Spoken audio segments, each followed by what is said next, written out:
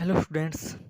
आज हम 10th class की एनसीईआरटी की एक्सरसाइज 8.1 के कुछ सम डिस्कस करेंगे। उन सम्स को डिस्कस करने से पहले मैं आपके साथ कुछ फॉर्मूले शेयर कर लेता हूँ जो उसमें काम आएंगे। जैसे हमने फॉर्मूले हमारी पिछली वीडियो जो थी ट्रिग्नोमेट्री पार्ट 1 जिसमें इंट्रोडक्शन दिया उसमें अपने फॉर्मूले पढ़े थे sine theta P by H, ऐसे ही कोस बी बाय एच, उन सब का भी यहाँ पे यूज होगा। अच्छा, और क्या होता है देखो, सारे फॉर्मूले लिख लेते बार। साइन को लिखते हैं P by H perpendicular by hypotenuse. Cos theta को लिखेंगे B by H. Tan theta को पी बाय बी। कोसिकेंट होता है साइन का उल्टा बोल सकते हैं, और साइन को कोसिकेंट का उल्टा बोल सकते हैं एच बाई पी। ऐसे ही सीकेंट होता है एच बाई बी। ऐसे ही कोट होता है, कोट थीटा होता है बी बाई पी। अरे सीरियस हो क्यों हो रहे हो भाई, थोड़ा एंटरटेन करके पढ़ो। अमेजिंग चीज़ है ट्रिग्नोमेट्री, पढ़ने की चीज़ है, बड़ा इंटरेस्ट आता है।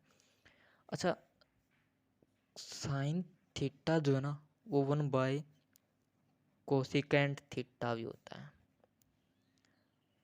Cos theta 1 by secant theta होता है। और tan theta 1 by cot theta होता है। यहाँ तक समझ आया? तो चलो आगे चलते हैं।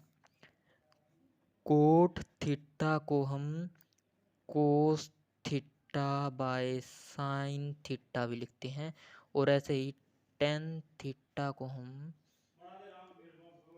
Sine theta by cos theta भी कहते हैं।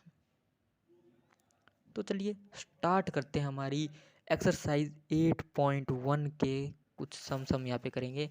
मैं 4 सम्स यहाँ पे आपकी सोल्व करवा देता हूँ। 4 सम्स हम नेक्स्ट वीडियो में डिस्कस करेंगे। ऐसे करके मैं आपकी पूरी एक्सरसाइज कराऊंगा, चिंता मत करो। और अगर आपका कोई डाउट है 10th क्लास के मैथ से रिलेटेड या 11th के या 12th के, तो आप वो भी मेरे से पूछ सकते हैं। इसमें जैसे कि आप फर्स्ट सम देख रहे हैं, in a triangle A B C right angled at B. A B 24 centimetre दे दी, बी सी 7 सेंटीमीटर दे दी। हमें निकालना है साइन ए कोस सी और साइन सी और कोस सी। तो आइए देखते हैं। सबसे पहले टन टन टन टन टन टन टन सबसे पहले इसने बोला इन अ ट्रायंगल ए बी सी, मतलब सबसे पहले तो एक ट्रायंगल ही बना लो भाई। और उसने एक बात बोली राइट एंगल्ड एट बी, मतलब बी पे राइट एंगल्ड है तो 90 डिग्री का बी। ये ए है, ये बी है, ये सी है। अच्छा एक बात आपको बताऊं, ट्रिग्नोमेट्री में हम राइट ट्रायंगल्स यूज करते हैं। ओके। अच्छा, ए बी को ये दे रहा है 24 सेंटीमीटर, बी सी भी दे रहा है 7 सेंटीमीटर। हमें ए सी नहीं पता है, तो सबसे पहले ए सी निकाल देते हैं। पाइथागोरस थ्योरम का नाम सुना है? सुना ही होगा। तो पाइथागोरस थ्योरम क्या कहती है? पाइथागोरस थ्योरम पाइथागोरस थ्योरम कहती है कि जो हाइपोटेन्यूज का स्क्वायर जो होता है ना, यानी ए सी का स्क्वायर जो होगा वो इक्वल होगा ए बी का स्क्वायर प्लस बी सी का स्क्वायर। दोबारा देखिए, हाइपोटेन्यूज लंब का स्क्वायर जो है वो बराबर होता है ए बी परपेंडिकुलर कर्ण का स्क्वायर बराबर होता है लंब का स्क्वायर प्लस में आधार का स्क्वायर। ओके। ए सी हमें निकालनी है, ए बी की वैल्यू हमारे पास है 24 का स्क्वायर, बी सी की वैल्यू है 7, तो यहाँ पे 7 का स्क्वायर जब इसको सोल्व करेंगे तो 24 का स्क्वायर होता है 576 और 7 का स्क्वायर होता है 49। जब इनको ऐड करते हैं तो बनता है 625। अब ये स्क्वायर इधर है, उधर जाके स्क्वायर रूट बन जाएगा, तो ए सी इक्वल आ गया √625। इसे सोल्व करेंगे तो आता है 25। ए सी की वैल्यू हमारे पास आ चुकी है 25 सेंटीमीटर। AC की वैल्यू हमारे पास आ चुकी है 25 सेंटीमीटर। अच्छा, अब क्वेश्चन में देखिए क्या पूछा है, साइन ए निकालो पहले। एक पार्ट उसमें साइन ए पूछा है और कोस ए पूछा है। तो फर्स्ट पार्ट जो है उसमें हमें निकालना साइन ए। साइन ए, ये साइन ए है। इसके लिए परपेंडिकुलर क्या होगा, इसके सामने वाला जो एंगल है उसके सामने जो साइड होगी ये वाली, वो परपेंडिकुलर हो जाएगी। अगर मुझे कोस के उससे निकालना तो इसके सामने जो साइड है परपेंडिकुलर वो हो जाती। तो इसके सामने परपेंडिकुलर ये है। साइन थीटा हमारा क्या था, परपेंडिकुलर बाय हाइपोटेन्यूज। अब यहाँ पे परपेंडिकुलर पी क्या हमारा, इसके हिसाब से ए के हिसाब से देखे तो परपेंडिकुलर ये नहीं है, ए के हिसाब से देखे तो ट्रायंगल ऐसे बनेगी, तो ये परपेंडिकुलर हो जाएगा। तो परपेंडिकुलर की वैल्यू क्या आई 7 और हाइपोटेन्यूज ए सी की वैल्यू क्या आई हमें अभी निकाल लिया 25। तो साइन ए की वैल्यू ये आ गई। कोस ए की निकाले तो कोस ए होता है B/H। बी बेस, साइन ए के हिसाब से परपेंडिकुलर ये है तो बेस ये हुआ, तो बेस की वैल्यू 24 और पर हाइपोटेन्यूज यानी कर्ण की वैल्यू 25 हो गया सर। अच्छा, नेक्स्ट क्या पूछा है सेकंड पार्ट में, सेकंड पार्ट में पूछता है साइन सी और कोस सी। तो साइन सी क्या होगा, परपेंडिकुलर बाय हाइपोटेन्यूज ही होगा, लेकिन सी एंगल के हिसाब से देखा जाए तो इसके सामने वाली साइड परपेंडिकुलर होगी, तो ये वाली साइड तो हो गई परपेंडिकुलर और ये वाला हो गया बेस। और हाइपोटेन्यूज तो हाइपोटेन्यूज है भाई, उसको कौन टच करेगा।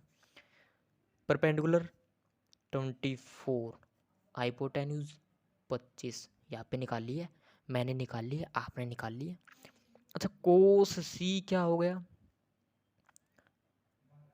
Base by hypotenuse. अच्छा, ये 24/25 तो ये बन गया, बन गया क्या नहीं, बेस किसके लिए क्या है, सी के लिए ये 7 और हाइपोटेन्यूज तो सबके लिए है 25। सो उम्मीद आपको ये फर्स्ट सम जो है क्लियर हो गया होगा, हो गया, ठीक है। नेक्स्ट सम भी कर लेते हैं। मैं हर वीडियो में 2 सम्स डाल रहा हूँ क्योंकि ज़्यादा लंबी वीडियो मैं अभी नहीं बना सकता। सेकंड क्वेश्चन देखिए, इन फिगर 8.13, फिगर ये है, हम भी बना लेते हैं भाई। ओके ओके, एक रफली फिगर हमने ड्रा कर ली। ये एंगल है, ये क्या हुआ है, ये आर है, ये पी है, ये 12 सेंटीमीटर हमको दे रखी है, ये 13 सेंटीमीटर हमको दे रखी है, दे रखी है, फिगर दे दिए 8.13।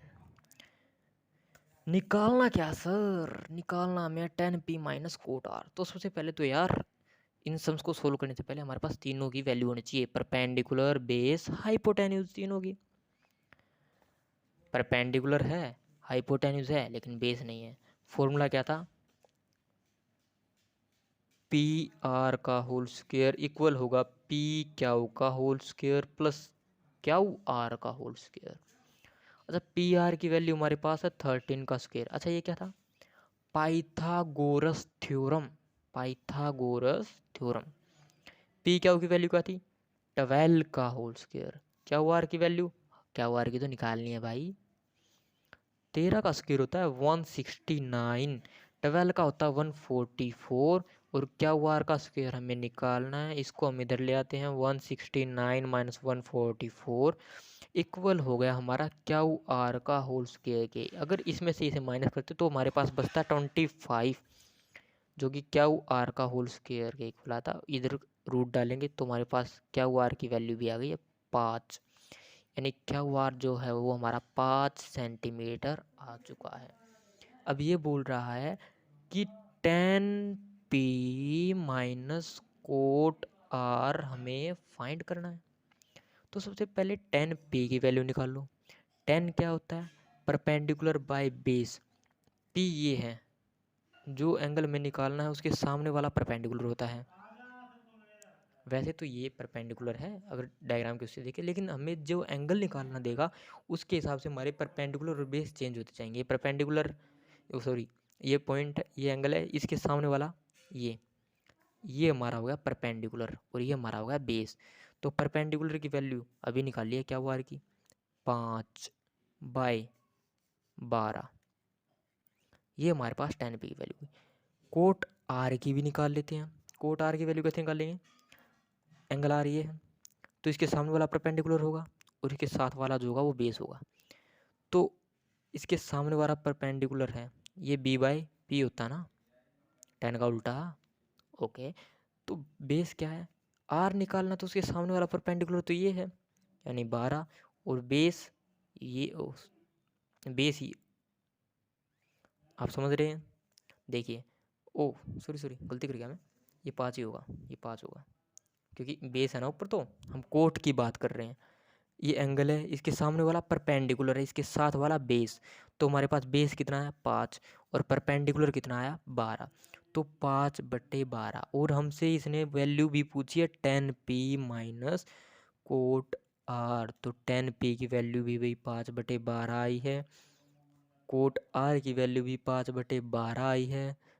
कुल मिला के 0 आपका आंसर आया है।